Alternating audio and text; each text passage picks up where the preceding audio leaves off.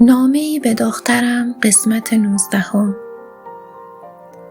مادرم رو به مهسا کرد و گفت بشین میخوام باهات حرف بزنم. مهسا کنار مادر نشست. به نظر آروم بود. بیشتر از اون من و مینا اضطراب داشتیم. مادر گفت رشید دوست بابات اجازه خواسته برای یه خانواده‌ای که توی شهر مزار زندگی میکنن خواستگاری بیاد. منم گفتم حالا که اون خیلی ازشون تعریف میکنه بیان. اگه خوشمون اومد که هیچی، وگرنه نگفتن سخت نیست مادر جون، خوبه؟ مهسا گفت هر طوری که فکر میکنین درسته خوبه، دیگه من حرفی ندارم. من و مینا چشمامون از حدقه بیرون زده بود. همین؟ چرا مهسا هیچ دلیل و شرطی نداشت؟ مادر گفت خوبه، پس برم به بابات بگم.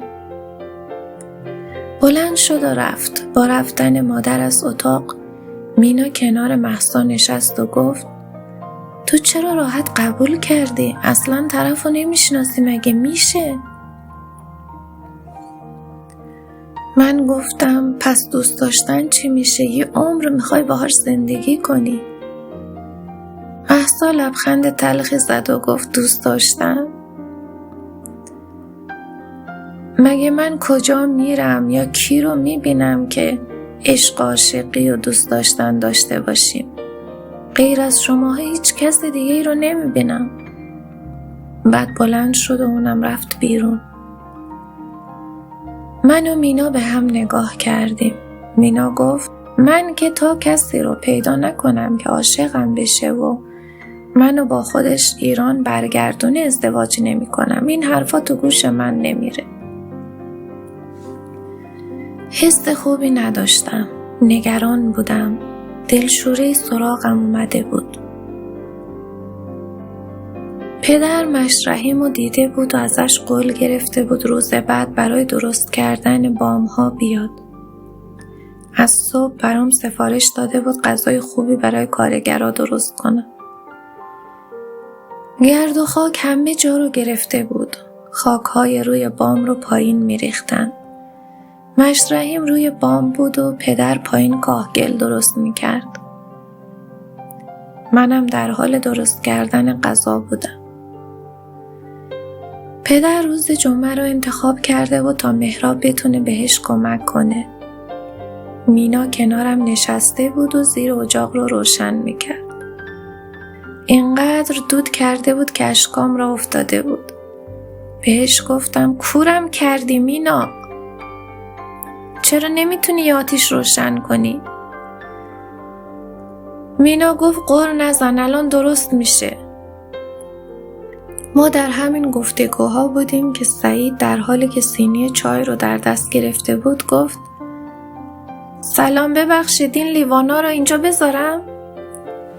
مینا گفت صبر کنین الان میایم میگیریم. دیگه با این حرفش مجبور جلو رفتم. نزدیکتر که رفتم لبخندی زد و گفت سلام شما دارین غذا میپزین؟ جواب سلامش رو دادم و سینی رو گرفتم. هنوز ازش دور نشده بودم که گفت شما ازم ناراحتین؟ با این حرفش صورتم رو برگردوندم و بهش نگاهی کردم.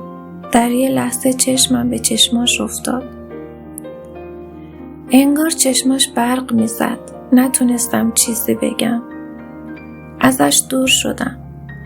قلبم یه جوری میزد که فکر کردم الان همه صداشو میشنون. مینا صورتش از خنده مثل گل شکفته بود. گفت آفرین خوشم اومد، خیلی بچه پرروه. از بابا چطور نترسیده؟ مهتاب معلومه این عاشقت شدی. وای خدا جون. خب چرا حرف نمیزنی؟ چی بهت گفت؟ گفتم به نظرت تو این چند ثانیه چی بهم گفت؟ فقط سلام کرد و گفت غذا رو خودت درست میکنی؟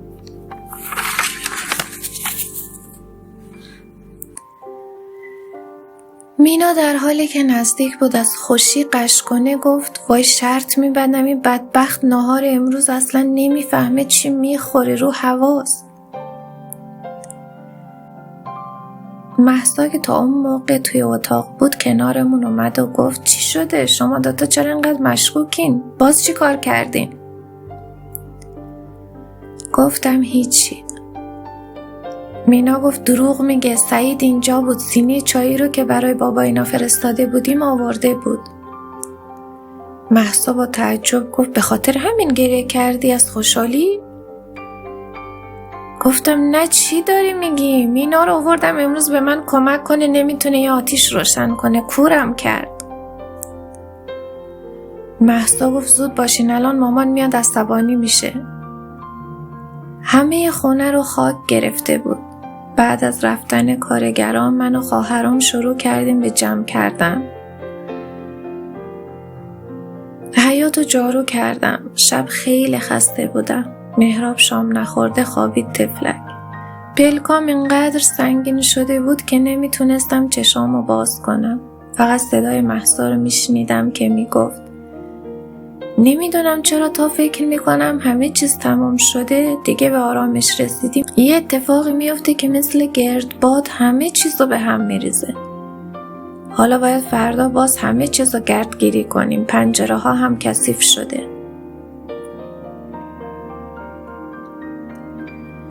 در همون حال خستگی یاد جمله طلایی از ژول ورن افتادم که اول کتاب آقای سزار نوشته بود.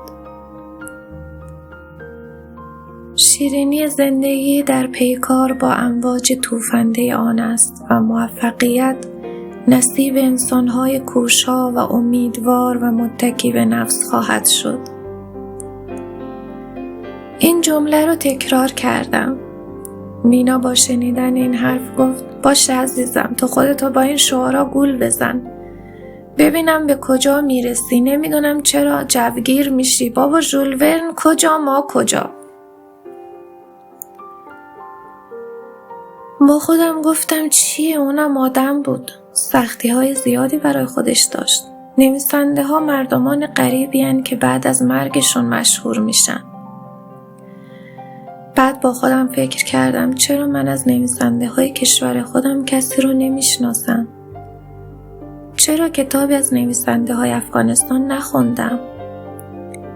چرا کشور ما اینقدر تو حاشیه که چه عرض کنم حتی زیر ورقی ها هم نیست؟ یعنی ما نویسنده و شاعری نداشتیم؟ یادم باشه به مهراب بگم تو کتابخونه مدرسه‌شون بگرده و کتاب‌هایی رو بیاره که مربوط به افغانستان و تاریخش و نویسنده هاش باشه.